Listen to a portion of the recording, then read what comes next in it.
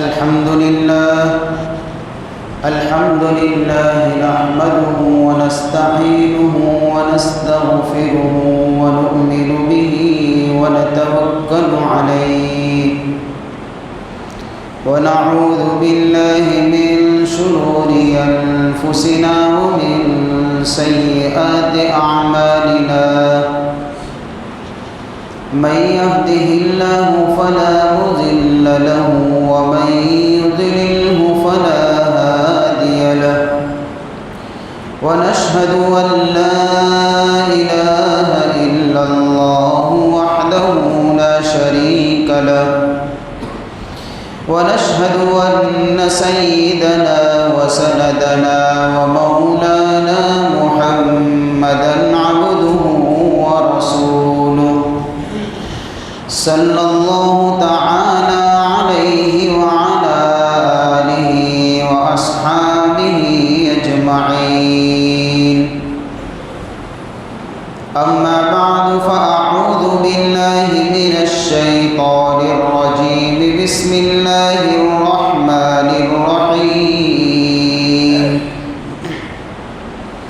وأنذر عشيرتك الأقربين وقال الله تعالى في موضع آخر يريدون أن يطفئوا نور الله بأفواههم والله متم نوره ولو كره الكافرون صدق الله مولانا العظيم وصدق رسوله النبي الكريم ونحن على ذلك لمن الشاهدين والشاكرين والحمد لله رب العالمين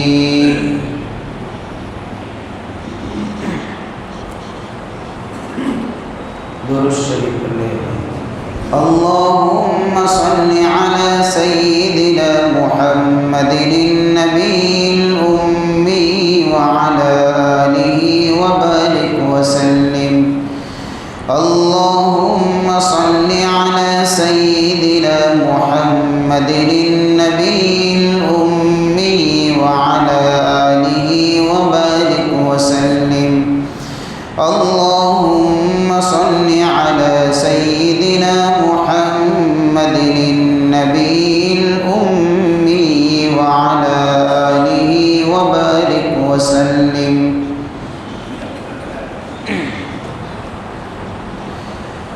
قابل قدر محترم دوست اور بزرگوں،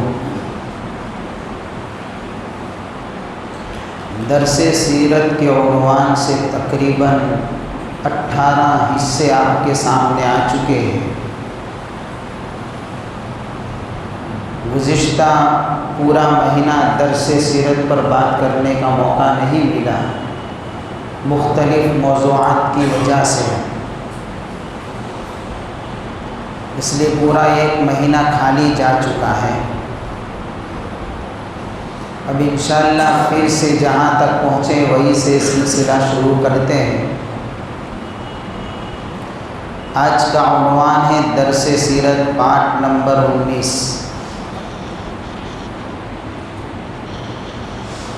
جس میں آپ کے سامنے اس بات کو رکھنے کی کوشش کی جائے گی کہ آپ علیہ السلام نے جو دین کی دعوت کا جو اعلان کیا، اس کے بعد کس طریقے سے مختلف حربوں کے ساتھ آپ علیہ السلام کو مقابلہ کرنا پڑا دشمنوں کی طرف سے۔ گزشتہ مجلس کے اندر میں نے بات رکھی تھی کہ جب اللہ کی طرف سے حضور پاک صلی اللہ علیہ وسلم کو یہ حکم ملا وَأَنذِرْ عَشِيرَتَكَ الْأَقْرَبِينَ کہ آپ اپنے قریبی رشتہ داروں کو ڈرائیے اور ان تک اللہ کا پیغام پہنچائیے، تو حضور صلی اللہ علیہ وسلم نے صفا پہاڑی پر چڑھ کر قریش کے لوگوں کو پکارا تھا ایک ایک کا نام لے کر پکارا تھا. سارے لوگ جمع ہو گئے. جب سب کے سب لوگ جمع ہو گئے تو اللہ کے نبی صلی اللہ علیہ وسلم نے بہت ہی حکیمانہ انداز سے اور بہت ہی پیار اور محبت والے انداز سے ان کے سامنے حق بات کو رکھا جو اللہ نے حضور پاک صلی اللہ علیہ وسلم کو ذمہ داری سونپی تھی. اس درد کے ساتھ میں رکھا کہ قریب تھا کہ لوگ اثر لیتے اس بات کا، لیکن ابو لہب نے اس تقریر میں یوں کہا جائے کہ پتھر پھینکا اور کھلل ڈالا اور اس نے ہنگامہ مچایا کہ بھئی یہ تو جادوگر ہے یا جادو والا کلام ہے، ان کی بات کو کہاں سنتے ہو. ادھر ادھر کی باتیں کر کے سارے لوگوں کو منتشر کر دیا. کوئی بھی پھر کھڑا رہا نہیں. اور اتنا ہی نہیں کیا بلکہ میں نے بتایا تھا اگلی مجلس کے اندر کہ اس نے حضور پاک صلی اللہ علیہ وسلم کی شان میں بہت بڑی گستاخی کی اور اس نے یوں کہا تبًا لک لہذا جمعتنا. بہت نازیبا الفاظ کہے کہ نعوذ باللہ. اس نے یوں کہا کہ آپ کی ہلاکتی ہو، بربادی ہو، اس کی وجہ سے ہم کو بلایا تھا. اب ظاہر سی بات ہے اتنا سخت جملہ اس نے کہا تھا کہ اللہ تعالیٰ نے اس جملے کا نوٹس لیا حضور کی طرف سے. جیسے کوئی بڑا آدمی ہو، حکومت کا آدمی ہو اور اس نے لوگوں کو کسی کام کے کرنے کا حکم دیا قانون کے دائرے میں رہتے ہوئے، اور کوئی اس حکومتی آدمی کے شان میں گستاخی کرے گا تو خود نوٹس لے یا نہ لے، لیکن اگر ایک بات حکومت تک پہنچے گی تو اوپر سے نوٹس لیا جائے گا کہ اس نے ہمارے کرمچاری کے ساتھ میں بدتمیزی کی ہے. یہ دنیا کا رولز ہے. اور یہاں تو حضور پاک صلی اللہ علیہ وسلم ہے، بہت بڑی اونچی ہستی ہے جن کے کمالات سنتے سنتے تقریباً 18 حصے گزر چکے ہیں. کیا کیا خوبیوں سے اللہ نے حضور کو نوازا تھا. اور پھر اس نے گستاخی کی تو ظاہر سی بات ہے اللہ کی طرف سے کوئی اس کا یعنی کہ جواب نہ ملے، یہ ہو ہی نہیں سکتا ہے. فوراً اللہ نے اس کے اس جملے پر نوٹس دیا اور اللہ نے سورۃ اللہو کو اتارا اور گویا کہ اس کو کہہ دیا گیا کہ تو ہمارے محبوب کی شان میں یہ کہتا ہے کہ آپ کی ہلاکتی اور بربادی ہو. یہ تو بہت دور کی بات ہے. ہلاکتیں تو محبوب کے قریب آیا نہیں کرتی، محبوب کو دیکھ کر ہلاکتیں چھٹ جایا کرتی ہیں.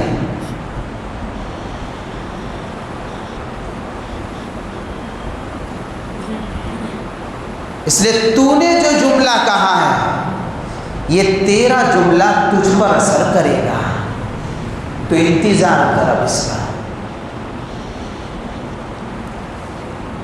کہ تو نے مجمع کو منتشر کیا، بدگمان کیا ہمارے محبوب سے، اور ساتھ میں تو نے گستاخانہ کلمہ کہا.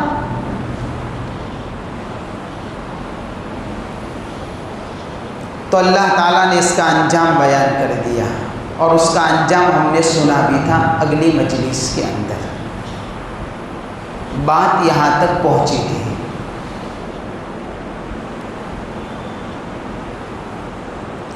آپ علیہ الصلوۃ والسلام کو جو ذمہ داری سونپی گئی تھی اللہ کی طرف سے کہ لوگوں تک حق بات کو پہنچانا، ایسے لوگوں کی گستاخی کی وجہ سے حضور کے ہمت کے اندر کمی نہیں آئی، بلکہ آپ کے ارادے اور بلند ہوئے۔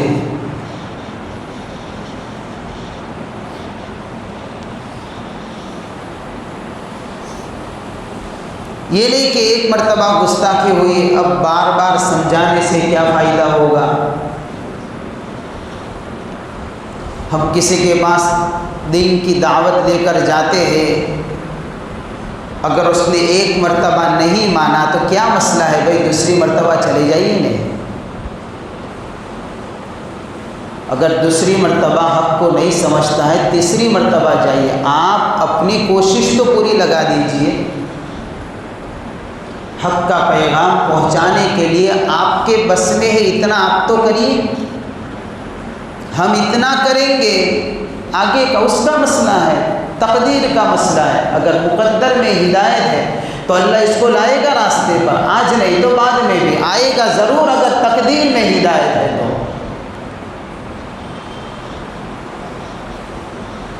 اگر ایک مرتبہ آپ کی بات نے اثر نہیں کیا اور اس کے مقدر میں اللہ نے ہدایت لکھی ہے، تو ضرور ایک وقت آئے گا کہ اللہ آپ کے دل سے کوئی ایک دین کا جملہ ایسا نکلوائے گا کہ جو اس کی پوری زندگی کو پلٹ کے رکھ دے گا۔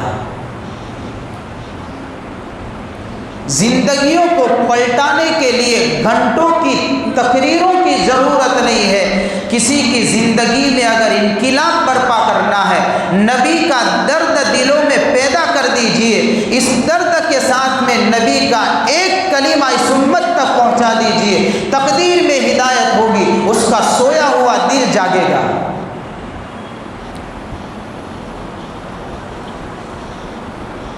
اس لیے بہت سی مرتبہ گھنٹوں کے بیانات اثر نہیں کرتے، ایک جملہ کسی کو بدل کے رکھ دیتا ہے۔ لیکن طریقہ صحیح ہو، انداز صحیح ہو کہنے کا۔ اتنی بڑی گستاخی کی ہے، حضور نے جواب نہیں دیا، یہ تو ہونا ہی ہے۔ ہاں، آپ دعوت لے کر اٹھیں گے تو ہو سکتا ہے کبھی کبھار اپنوں کی بھی سننی پڑے گی، پرایوں کی تو بہت بعد کی بات ہے، اپنوں کی بھی سننی پڑے گی۔ اور یہ حوصلے والوں کا کام ہوا کرتا ہے، جن کے عزائم بلند ہو، جن کے حوصلے مضبوط ہوا کرتے ہیں، وہ لوگوں کی کڑوی سن کر بھی اس کے ساتھ میں ہمدردی کیا کرتے ہیں۔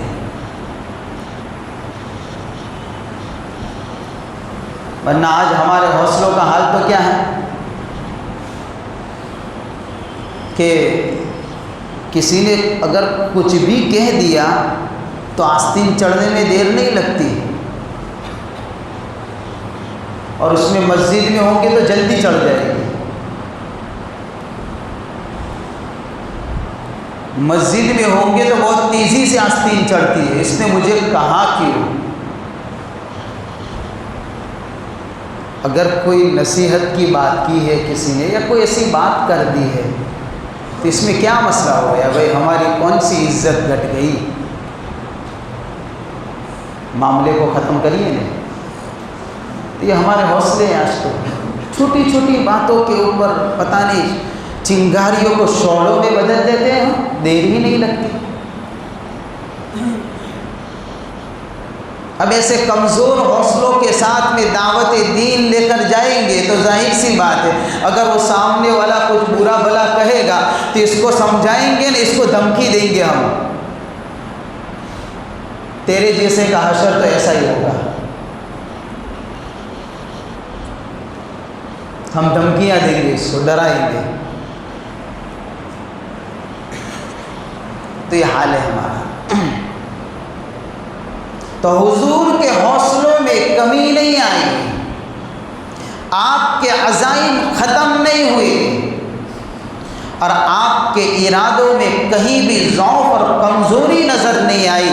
چاہے یہاں گستاخی ہوئی، اللہ کے نبی صلی اللہ علیہ وسلم نے در در جانا شروع کیا لوگوں کے پاس.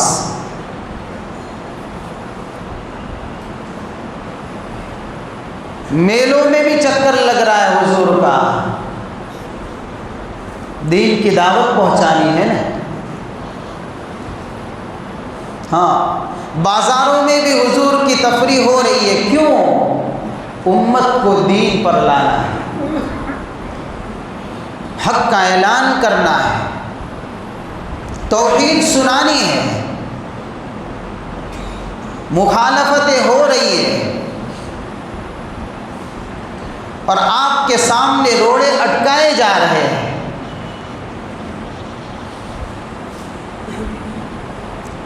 لیکن جہاں دو چار آدمی بیٹھے فوراً حضور وہاں تشریف لے جاتے ہیں. یا ایھا الناس قولوا لا الہ الا اللہ تفلحوا، بولو اس کلمے کو بولو کہ اللہ تم کو کامیاب کرے گا. یہی اصل اور حق دین ہے.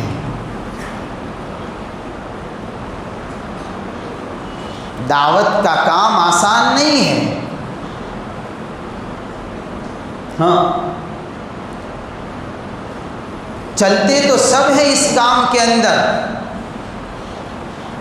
لیکن اس کی حکمت اللہ ان لوگوں پر کھولا کرتا ہے جن کے جذبات اور عزائم بڑے مضبوط ہوا کرتے ہیں اس راستے میں،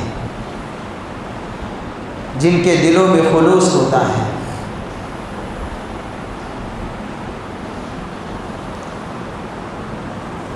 اس سے بہت بڑی ذمہ داری ہے. تو چنانچہ اللہ کی طرف سے ایک حکم اور ملتا ہے حضور کو. ابھی تک تو یہاں تک بات تھی کہ لوگوں کو کلمہ سکھاؤ اور کہو کہ وہ کلمہ پڑھ لے گے.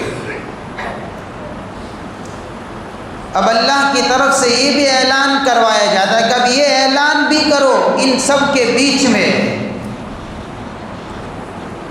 جو 360 بتوں کی عبادت کرتے ہیں، ان کے سامنے ان کے معبودوں کی حقیقت کو بیان کریے. انکم وما تعبدون من دون اللہ حصب جہنم. کس کو تم نے اپنا حاجت روا بنایا ہے؟ کس کو مشکل کشا بنایا ہے؟ کون ہے تم کو جو اولاد دیتا ہے؟ کون ہے تمہارے مسائل کو جو حل کرتا ہے؟ کون ہے تمہاری زندگیوں کی ڈور کو جو ہلاتا ہے اور چلاتا ہے؟ کون ہے جو نظام زندگی کے ایک ایک پل کی تمہارے بارے میں خبر رکھ رہا ہے؟ تم اس پیشانی کو کس کے سامنے جھکاؤ گے؟ تو سنو، جس کے سامنے تم نے اپنے سروں کو جھکایا ہے وہ سب کے سب جہنم میں جائیں گے. یہ بڑا ان کے لیے کڑوا جملہ تھا. اور جو جھکنے سے باز نہیں آئیں گے وہ بھی جائیں گے، وہ جہنم کا ایندھن بنیں گے. اب یہ اعلان تو ایسا تھا حضور کا کہ مخالفت تو ہو ہی رہی تھی. ہاں، پہلے ہی دین سے. لیکن جب یہ بات کہی کہ جن معبودوں کی تم عبادت کرتے ہو، جن کے سامنے تم اپنی پیشانیوں کو جھکاتے ہو، ان کی حقیقت یہ ہے کہ اگر تم بھی جھکنے سے باز نہیں آئے اور یہ معبود جن کو تم نے معبود بنایا ہے، جن کو تم نے اپنا حاجت روا بنایا ہے، جس کو تم نے اپنا مشکل کشا بنایا ہے اور پتہ نہیں کیا کیا منتیں تم نے اس کے متعلق مانی ہے، اللہ ان سب کو اٹھا کر جہنم میں ڈالے گا. جب یہ اعلان سنا انہوں نے تو شدید غصے میں بھر گئے، چہرے لال پیلے پڑ گئے کہ ابھی تک تو یہاں تک بات تھی. ان کی طرف سے کہ بھئی کلمہ پڑھ لو، لیکن اب تو یہ ایک اسٹیپ آگے آ گیا۔ کیا ہوا کہ ابھی تو ہمارے معبودوں کی شان میں گستاخی ہو گئی، اس کو تو برداشت نہیں کر سکتے ہیں ہم۔ اس سے پتہ چلا توحید کو مضبوط کرنے کے لیے توحید کا کلمہ کہنا بھی ضروری ہے، اور کفر اور شرک سے بیزاری کا اظہار بھی ضروری ہے۔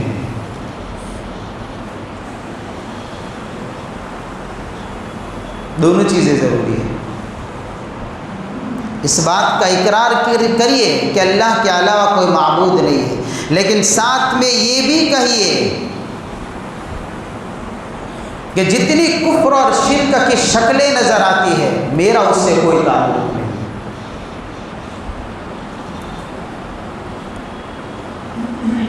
ان الشرک لظلم عظیم، اس سے بڑا کوئی ظلم نہیں ہے۔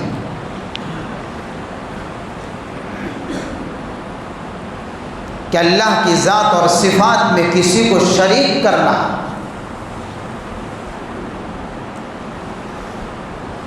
کسی مخلوق کو، کسی بندے کو،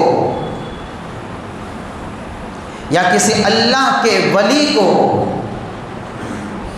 اولاد دینے والا سمجھنا، حاجت روا سمجھنا، مشکل کشا سمجھنا، اس سے بڑا کوئی ظلم نہیں ہے۔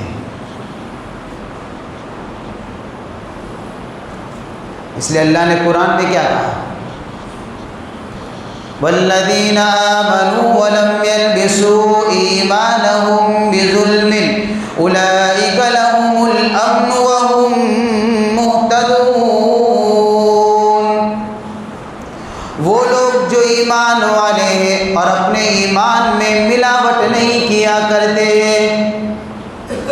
رب کو ملاوٹ والا ایمان نہیں چاہیے۔ ہاں،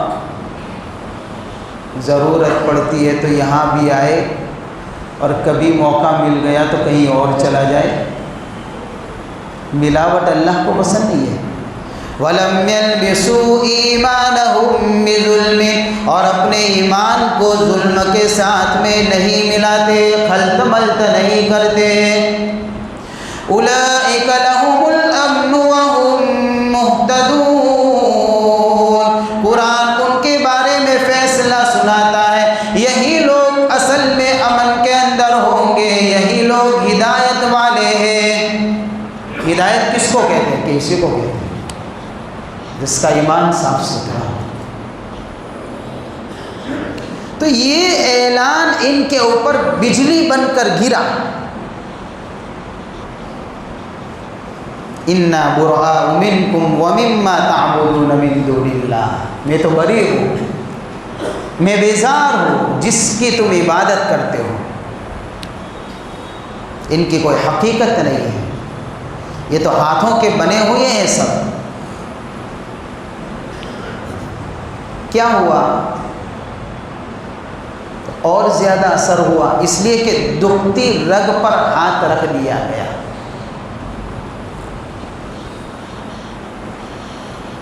شدت سے اگر مخالفت ہوئے، یہ اس بات کی نشانی ہے کہ کسی کی دکھتی رگ پر ہاتھ پڑا ہے۔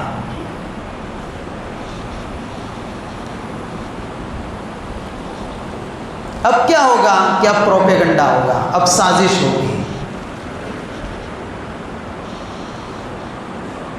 اس دین حق کو روکنے کے لیے تدبیریں کی جائے گی، سازشیں کی جائے گی، چالیں چلی جائے گی۔ ہمارا زمانہ بھی بھائی سازشوں کا ہی ہے۔ ہاں، حربے یہاں بھی استعمال ہوں گے۔ چنانچہ ان کا ایک وفد ابو طالب کی خدمت میں پہنچتا ہے، چونکہ آپ صلی اللہ علیہ وسلم ابو طالب کی زیر تربیت تھے۔ آپ کو بھی ابو طالب جو چچا تھے ان سے محبت تھی، اور چچا کو بھی بھتیجے سے انتہائی درجے میں محبت تھی۔ اور وہی زندگی کے ایام گزارے ہیں بچپن سے، جب سے دادا کا انتقال ہوا اس کے بعد۔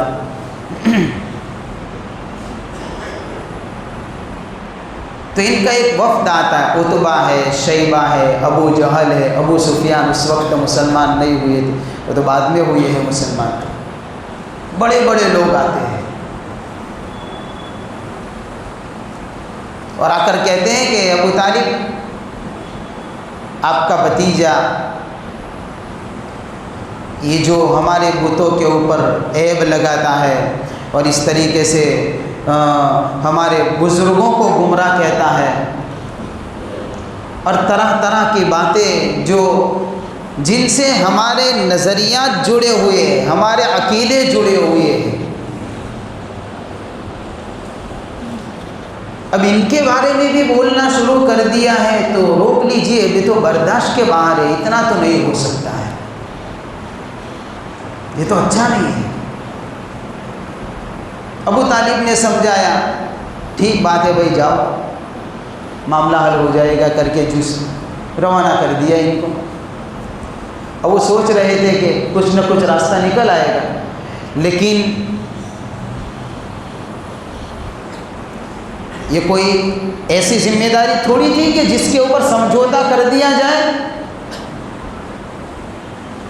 ہاں، دین حق کے اعلان کو چھوڑ دیا جائے۔ آپ علیہ الصلوۃ والسلام کا میدان تو تھا ہی، ہر جگہ پر جا کر لوگوں کو سمجھانا۔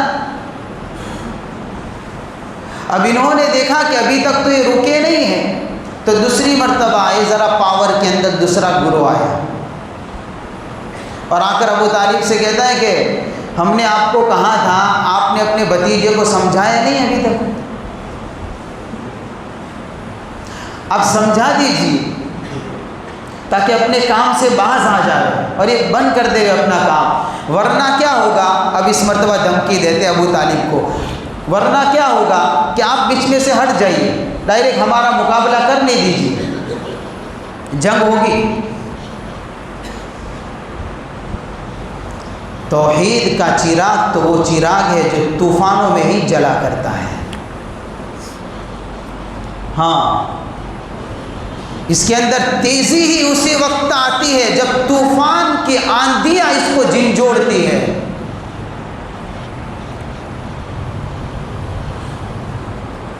جب جا کر توحید کے چراغ کے اندر پاور آتا ہے، جب جا کر ایمان کا نور سمجھ میں آتا ہے۔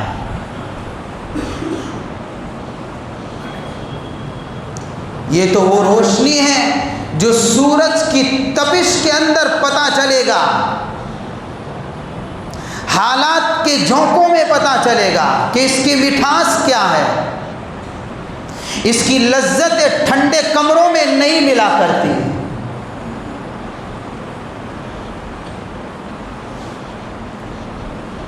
ہاں، اس کی لذتیں تو حالات کے اندر ملا کرتی ہے کہ ایمان کی روشنی کس کو کہتے ہیں، اس کی مٹھاس کیا ہے۔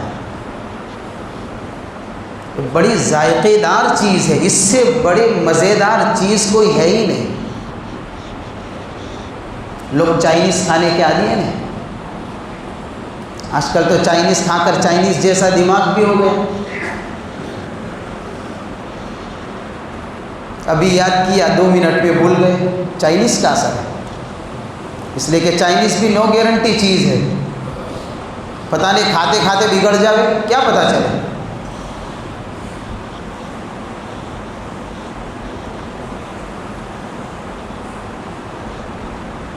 تو بھی لوگ لذت سے کھاتے ہیں نا، اس کا ایک ٹیسٹ ہوا کرتا ہے، لیکن یہ صرف زبان کو پتہ چلتا ہے۔ زبان پر رکھیں گے تو پتہ چلے گا کہ اس کا ٹیسٹ اور اس کی لذت کیسی ہے۔ ایمان ایسی چیز ہے جو دلوں میں اترتا ہے تو دل کے اندر پتہ چلتا ہے کہ ایمان کتنا میٹھا ہے۔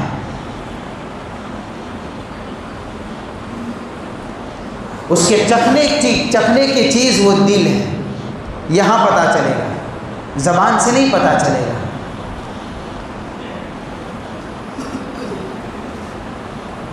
تو دوسری مرتبہ وفد آیا، دھمکی دے دی۔ اب ابو طالب بھی سوچنے لگے کہ میں اکیلا اتنے سارے قبیلوں کا مقابلہ کیسے کروں گا، اب یہ تو جنگ کی بات کر رہے۔ حضور پاک صلی اللہ علیہ وسلم تشریف لاتے ہیں۔ ابو طالب نے کہا، اے میرے بھتیجے، کچھ رحم کرو، اپنے آپ پر رحم کرو، اپنے چچا پر رحم کرو۔ آپ کے قبیلے کے لوگ آئے تھے اور اس طریقے سے کہہ کر گئے، کچھ رحم کا معاملہ کریے۔ دیکھیے حضور کا جواب سنیے، یہ ہمارے لیے سبق ہے کہ حالات کے اندر جمے گا تو پھر آگے ترقی ملے گی۔ اللہ کے نبی صلی اللہ علیہ وسلم نے ابو طالب سے جب یہ بات سنی، ان کا کلام سنا، تو حضور کو ایسا لگا کہ شاید اب تو چچا کے بھی استقامت میں کمزوری آ چکی ہے، لہٰذا چچا بھی لگتا ایسا ان کی باتوں سے کہ اب ساتھ چھوڑ دیں گے۔ تو حضور صلی اللہ علیہ وسلم نے بڑی عجیب بات کہی اپنے چچا سے کہ سن لیجئے چچا جان، آپ کی بھی ہمت اگر نہیں ہے میرے ساتھ میں چلنے کی تو مت چلیے، لیکن اللہ نے مجھے جو پیغام لے کر بھیجا ہے، مجھے جو نور لے کر بھیجا ہے، مجھے جو ہدایت لے کر بھیجا ہے، اس کے بدلے میں اگر میری قوم کے لوگ ایک ہاتھ میں سورج لا کے رکھ دے وے، دوسرے ہاتھ میں چاند لا کر رکھ دے وے، تو بھی میں اس نور کے سے ہاتھ نہیں اٹھاؤں گا، اور مجھے اس روشنی کی ضرورت نہیں ہے۔ ہاں،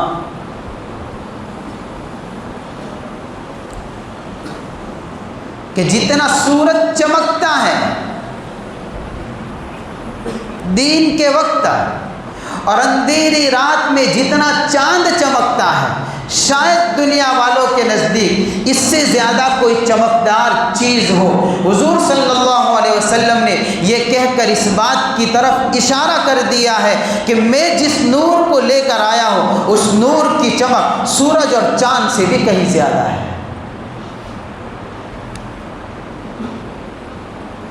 اتستبدلون الذی هو ادنی بالذی هو خیر، جو بہتر چیز ہے اس کو چھوڑ کر اس سے جو نیچی چیز ہے کیا اس کو میں ایکسیپٹ کر لوں گا؟ میرے پاس تو نور مبین ہے۔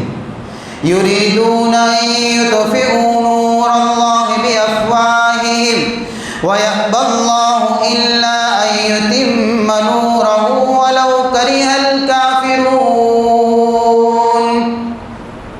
اسی بات کو اللہ نے کہا، وہ لوگ چاہتے تھے کہ اس روشنی کو بجھا دے اپنے منہ سے،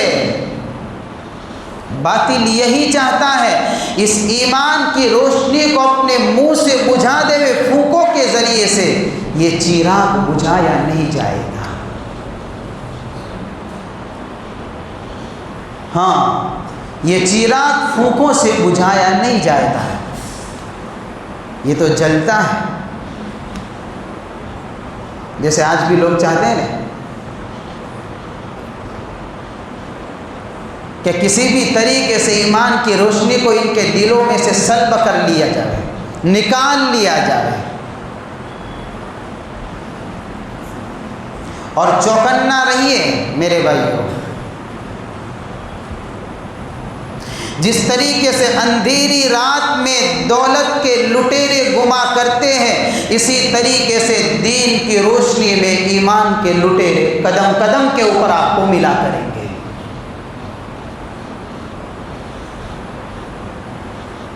اس کے بھی لٹیرے تھے، ہاں،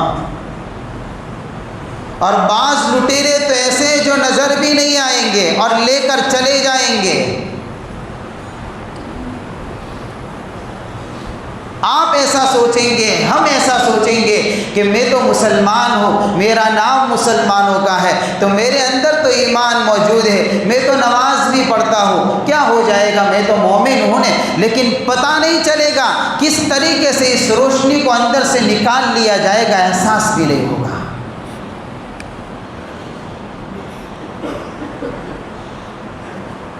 ہاں، اپنے مال اور دولت کی جس طریقے سے حفاظت کرتے ہیں اس سے زیادہ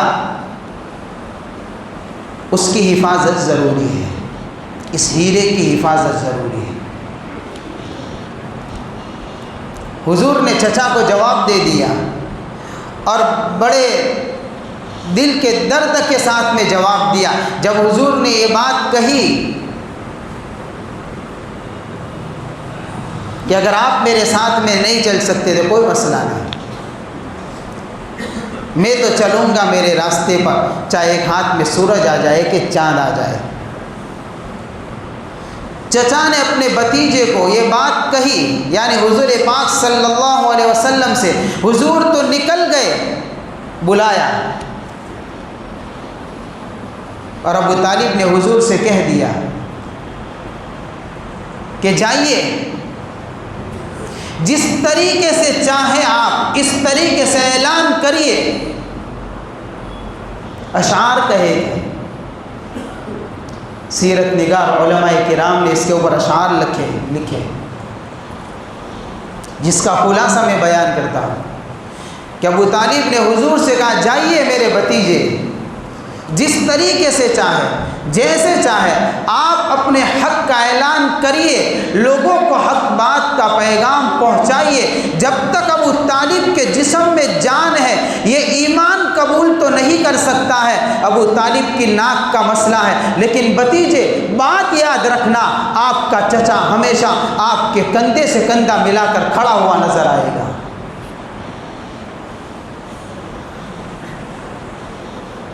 ایمان کی دولت نہیں ملی ہے، چچا کو ہدایت نہیں ملی ہے، ہاں، اس لیے کہ ہدایت کا خزانہ اللہ نے اپنے پاس رکھا ہے،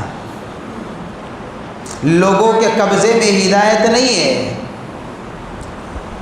ہاں، اگر لوگوں کے قبضے میں ہدایت ہوتی تو کیا ہوتا کہ جس طریقے سے ہم لوگوں کا مال کھا جاتے ہیں، اس طریقے سے بیچارے لوگوں کو ہدایت بھی نہ دیتے ہم تو۔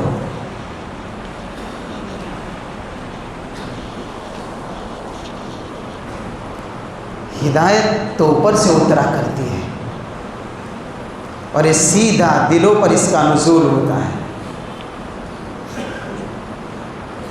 یہی ہدایت کا مسئلہ ہے۔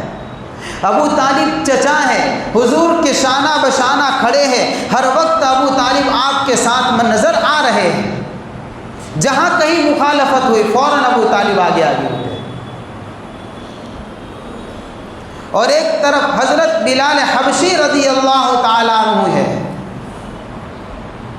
جو غلام ہے، حبشی النسل ہے، یعنی کالے کلوٹے ہیں، حبشی اسی کو کہا جاتا ہے نا، اور عام طور پر حبشیوں کے ہونٹ بڑے ہوا کرتے ہیں، خوبصورتی اتنی نہیں ہے، لیکن اللہ کی طرف سے بلال کے مقدر میں ہدایت تھی، اللہ نے بلال کو ہدایت سے نوازا ہے۔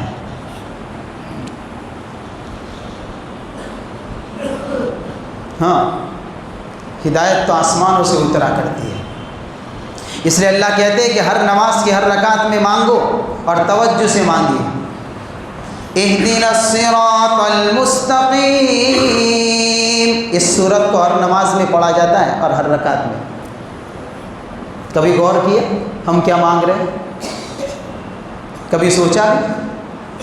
بلکہ ہم کو تو پتہ نہیں ہوتا، جب سورہ فاتحہ پڑھتے ہیں تو اہدنا الصراط الوالی آیت گزر بھی جاتی ہے، ہم کو پتہ ہی نہیں ہوتا، سورت بھی پوری ہو جاتی ہے سورہ فاتحہ، اور ساتھ میں دوسری سورت بھی ملا لیتے ہیں، جب آخری آیت پر پہنچتے ہیں تب دماغ کے اندر کلک ہوتا ہے کہ اب رکوع کرنے کا ہے، یعنی وہ نہیں ٹیپ ریکارڈ چلتی ہے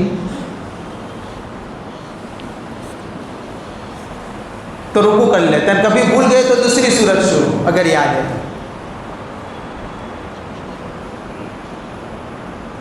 سوچا ہی نہیں ہم نے کبھی کہ اتنی بڑی دولت اللہ نے مانگنے کا کہا ہے۔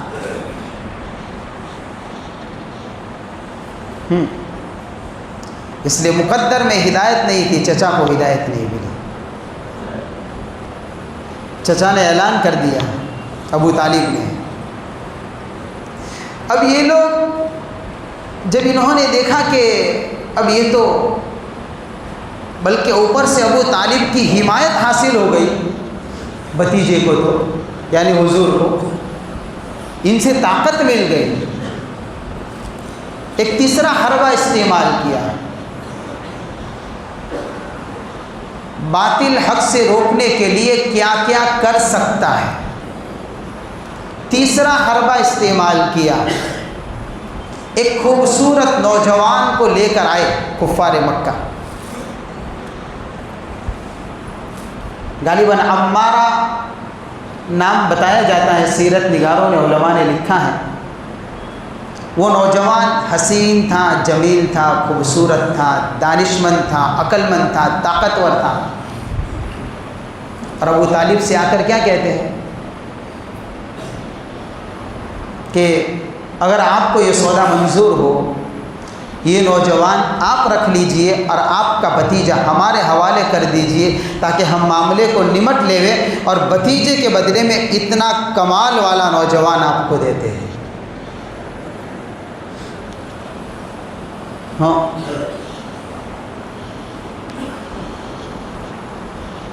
بہت سی مرتبہ ہوتا ہے ایسا ہے، کسی مجرم کو چھوڑنا ہو تو بیچارہ مجرم نہیں ہے تو اس کو کسی بھی طریقے سے پھنسا کر چھڑا دو۔ بڑے مجرم ایسے چھوٹا کرتے ہیں بعض مرتبہ، جو گناہ نہیں کرتا اس کو ڈالو جیل میں، اور جو گناہ کرتا ہے اس کو ڈالو محل میں۔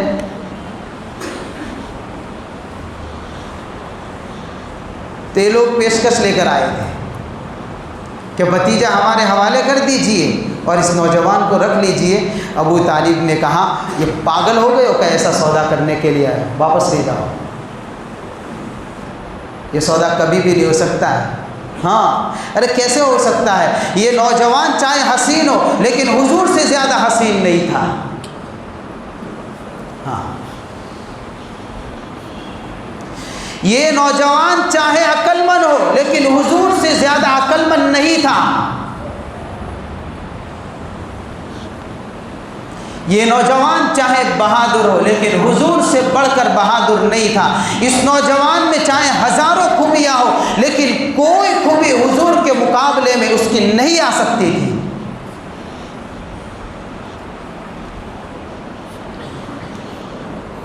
ابو طالب نے جواب دے دیا، یہ گٹیا سودے ہم نہیں کیا کرتے، ہم خاندانی لوگ ہیں، لے جاؤ۔